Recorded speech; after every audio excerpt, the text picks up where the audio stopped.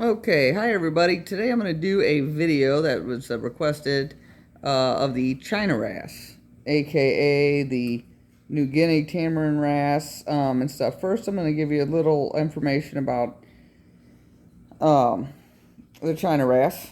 They grow to about 5.9 inches in length. They're found in Taiwan to Fiji, north to the Azores Islands, and south to the Great Barrier Reef and New Caledonia.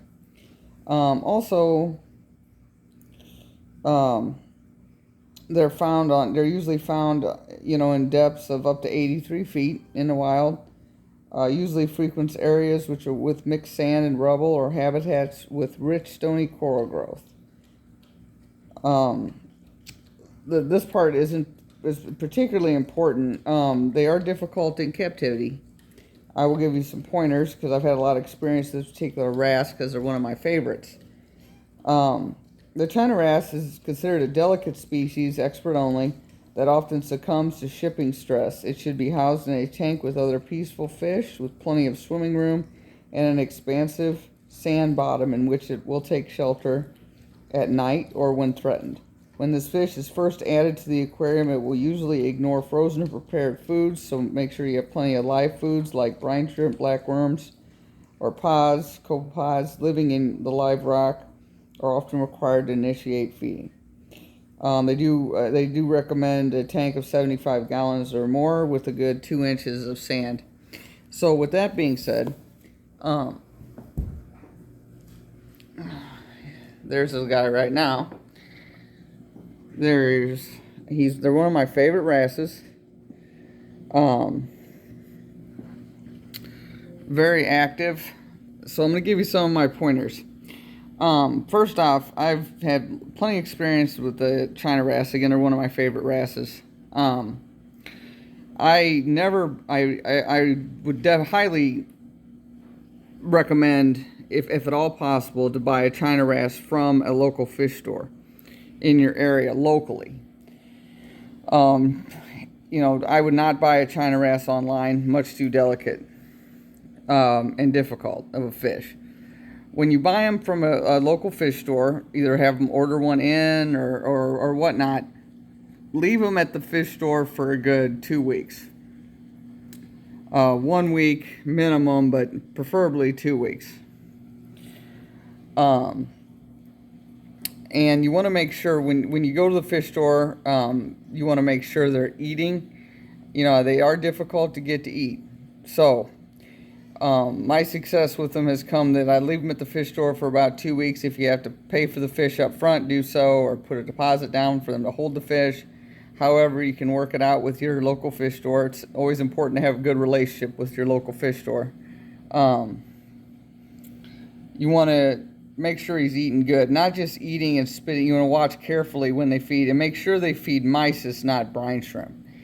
Brine shrimp is basically like giving candy to the fish. It's real palatable, they like it, but it has really not a lot of nutritional value for the fish. Mysis is packed full of protein, which wrasses definitely need, and I feed my fish mysis. So you want to make sure they're feeding them mysis, not fish eggs, not brine shrimp. Just specifically request, if the local fish store refuses to do this, walk away and go to a different one. Any local fish store I deal with about 3 of them on a regular basis. I've never had an issue with that. So,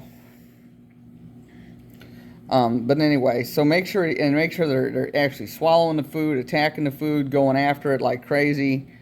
Very important. On the second thing I want to bring up too is that now the one local fish store I buy all my wrasses from, he has a collector that actually, I'm just lucky in that manner, I guess, is he has an actual collector out in the ocean that, he collects the fish and blah, blah, blah. So all my wrasses came from this guy. Most of them. 2 of them came from another fish store. But the rest of them came from, the leopards, the harder ones, came from this particular source, one of my local fish stores.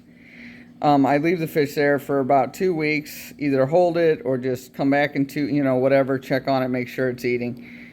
They put mysis in there for the fish. I watch them, attack the mysis, not just not sucking it in and spitting it out. That's not good. And so once you get to that point, it's safe to go ahead and purchase the fish. I would recommend, I'm lucky in this manner too, my local fish store. Wrasses do better. They don't do sensitive wrasses like leopard wrasses, China wrasse, stuff like that, yellowtail, tamarins. They do better in seawater salinity, which is 2.5, 2.6, what you keep your reef tank at.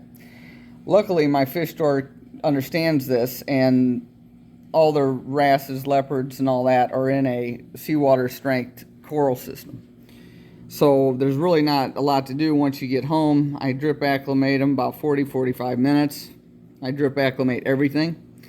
That's just how I've just always done it for the last 8-9 years of having salt water. But I drip acclimate everything. Wrasses are a little sensitive, so it's best to drip acclimate, in my opinion, but not too long. Don't overdo it. Not over an hour. Certainly not over an hour. But again, it all depends. I mean, try to buy the fish out of a tank that matches the salinity in your tank. Another point I want to mention, and this is just me personally, I do not quarantine fishes in my tank. I know that's a big risk. I just don't do it. Especially leopard wrasses. I personally would not quarantine leopard wrasses. Other people may disagree with that. Or China wrasses, any kind of tamarin, which technically a China wrasse is a tamarin. I wouldn't quarantine them. They're less susceptible to parasites as far as ick and stuff goes. So I'm not a one to quarantine. So anyway, I drip them for about 40-45 minutes, put them in. They usually go under the sand for a couple days as leopards or, holocaust, as they all do. Make sure they're not getting bullied. And then when they come out of the sand, make sure you got your food ready and just, I feed my tank 3 times a day. They get a cube of mysis in the morning, cube of mysis in the evening, and they get a little chunk of LRS Reef Frenzy midday. So that's basically the regimen. And most of my wrasses like the seaweed that the tangs and angelfish get, but China wrasse isn't too concerned with any algae though off the seaweed. The rest of the wrasses like it though, even the leopards. And they grow to about almost 6 inches in length. So, this guy I've had going on 3 years, and they're slow growers, as you can see.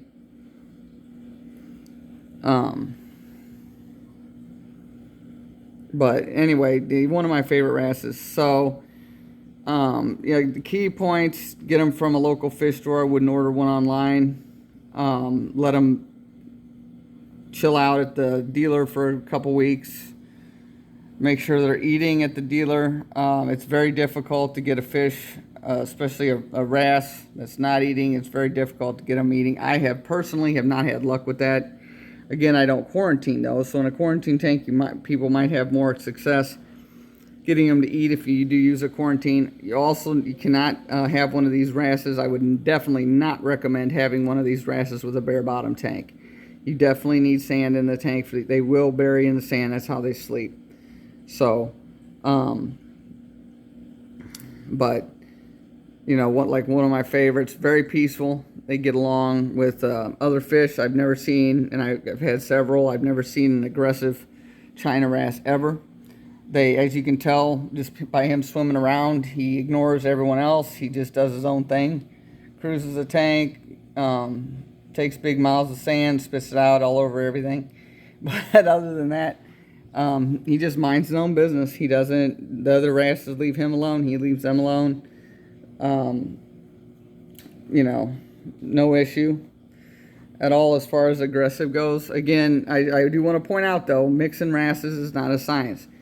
It's difficult. It's hit or miss. I've had many surprises. Like if you saw my videos from the other day, I had a big mess when I put in a Cooter's leopard wrasse, and my Melanaris decided he was going to kill it no matter what he had to do. and they're not even in the same group. You know, the Melanaris is a Halochorus, and the Cooter's wrasse is a leopard wrasse. So it's like, you know, surprises happen. You have to be ready to act. My best course of action is to remove the aggressor, which I did, which I then tore up my tank doing it on this one half anyway. It was a mess. And then I took him to the fish store and traded him in. So he'll go to a different home, or a better home probably, you know. So anyway, that is about the, you know, again, peaceful. Every wrasse is different. I doubt that, you know, I would be more worried if you have other wrasses in the system. You have to be careful when you put it, you know, China Wrasse in. Again, they're sensitive right away. So, you know, you want to keep an eye on it. If you have other wrasses, keep an eye on the aggression and stuff, you know. Because, again, I mean, the poor Cooter's wrasse, you know, would have been killed if I hadn't removed the Melanaris. So, and that's what will happen. You know, they'll end up just staying under the sand. They won't come out and eventually die. So you have to keep an eye on that and just be ready to act.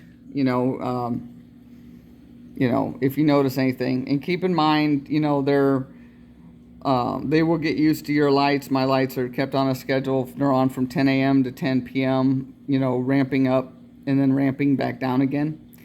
And so then the wrasse gets used to your time schedule, and eventually they will. So, that's about all I can think of. If anybody has any more questions or anything, I'll be more than happy to answer any questions. Or if anybody wants a question about any different species of wrasses, I have, you know, quite a few. So if anybody wants a different, you know, I'll be more than happy to answer any questions about any of my wrasses. I've had plenty of wrasse experience. They're definitely, as you can tell in my tank, probably my favorite fish, so, out there. But yeah, the China Wrasse is definitely one of my favorites. So, you know, and again, he just, you know, it's basically what you see here in the video is basically what he does all day long. And he eats like a pig. You know, he loves...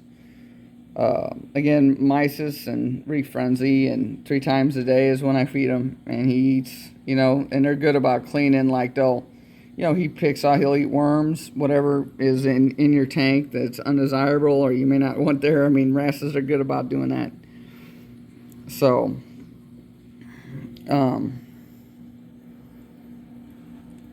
you know, other than that, and he doesn't bother any inverts either. He doesn't bother cleaner shrimp. I have 2 cleaner shrimp in here somewhere. He doesn't bother them at all. Or snails, or even I have a Linkia starfish right here. He doesn't bother, you know, doesn't touch them. So, does very good. Obviously, he doesn't bother corals. So you don't have to worry about that. He doesn't flip over corals or do any kind of thing like that. The only thing is he likes to drop sand from way up high in the tank, and that may spray all over, but I don't really worry about that too much. So, that's about it. If you have any questions, let me know. Like the video, share it, subscribe to my channel if you haven't already. Thanks again for watching, and I'll be, again, happy to answer any questions about any other species I have in this tank, any coral, any fish. You know, let me know, and I'll be happy to do a video. Thanks again.